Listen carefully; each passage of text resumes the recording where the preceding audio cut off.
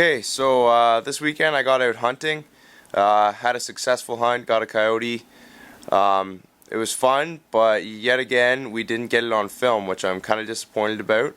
But it was a really weird situation, and what ended up happening was we set up in one spot, we called, and I checked the field on the downwind side as we were leaving, and this coyote was running in, and it saw me just standing in the field, and for some reason it kept coming, so I ended up shooting it, and that's kind of what happened. So we didn't get any footage, so I couldn't really make a full video out of it. So I thought instead of doing that, just to get you guys something, I'll give you a couple tips from what I've learned about hunting Eastern Coyotes, because I noticed when I was starting there wasn't a whole lot of information on that out there, and then I can show you the little bit of footage we did get from the hunt. So one of the first things I want to say to anybody who's new into the sport, I remember when I was going out, when I was just beginning, and you go out and you call a spot, you don't get anything. You call another spot and you don't get anything. And everybody seems to think there's just coyotes everywhere because they make a lot of tracks, but they travel really far and they can do it really quickly. So they leave tracks everywhere, but that doesn't mean there's coyotes everywhere like a lot of people think. We use dogs to hunt them, and you'd be surprised how many bush lots you'd go through where you'd think would hold coyotes that don't have any in them. And it just kind of shows you that there's not as many as people typically think are out there. So when you're out there calling and you're not having success, sometimes it's just because they're not there. It's not because you're doing anything wrong. And that's just something to keep in mind, is if they don't hear your call, then they're not coming. And it doesn't mean you're screwing up. You just got to keep at it, and you'll get lucky, and one will hear it, and one will come in if you got the other things in line. Another thing I want to mention that I've kind of learned over the years of doing it, so I made this little diagram here. A lot of hunters think about the wind direction, especially me. I did this when I was new. You think, okay, so the wind direction is going this way. Here's the road. Here's the bush lot.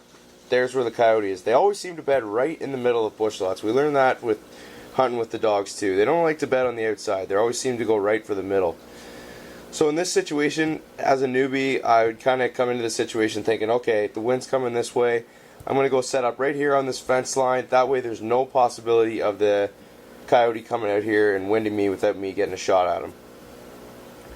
But what I've kind of learned is it's actually better to set up with a crosswind. So maybe in this situation, because for some reason, like they would know they have to come out and they have to go so far around if they want to catch your wind and check out what you are, that sometimes I think they're a little apprehensive to come out at all.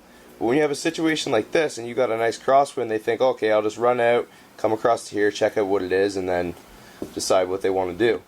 So I think you got a little more tendency of them actually coming in on this set, and it seems to be a little more successful. I don't know if that's the reasoning, but that's what I've kind of logically put together, and that seems to help out quite a bit. So always remember, play the wind, and when you're heading into a set, it's no good if you come in this way, because the wind's going to blow your scent right in there and the coyotes will be gone before you even set up. So play the wind on each set. And just remember, if you're not getting coyotes, then it might just mean that they're not there to begin with, and you just got to try another spot until you get lucky.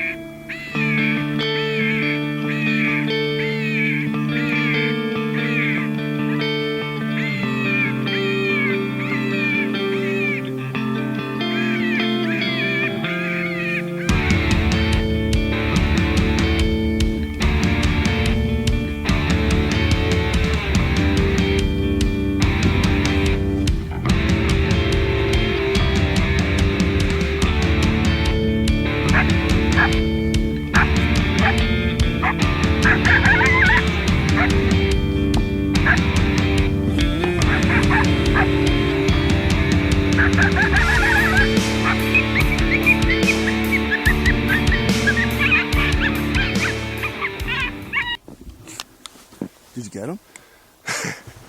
Yeah, so is the camera on?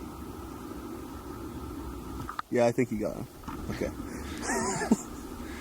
So I just thought after we finished the set, got up, hopped the fence, I thought I'd just check this field beside us because it's the downwind field. And across the fence I see a bunch of coyote tracks, but at first I thought they came, winded us and left, but then it looks like it was just from last night. And we're sitting here kind of talking, and I look up and there's one running across the field towards me. I said, Jon, oh, there's one right there. Got down on my knees and it kept running right at us.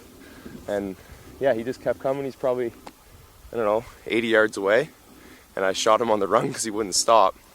So too bad we didn't get it on video, but we're gonna go check it out. Look at this spray of hair and stuff behind it.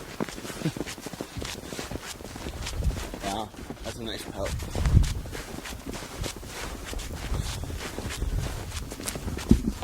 Yeah, that is a nice thing. I like the colors.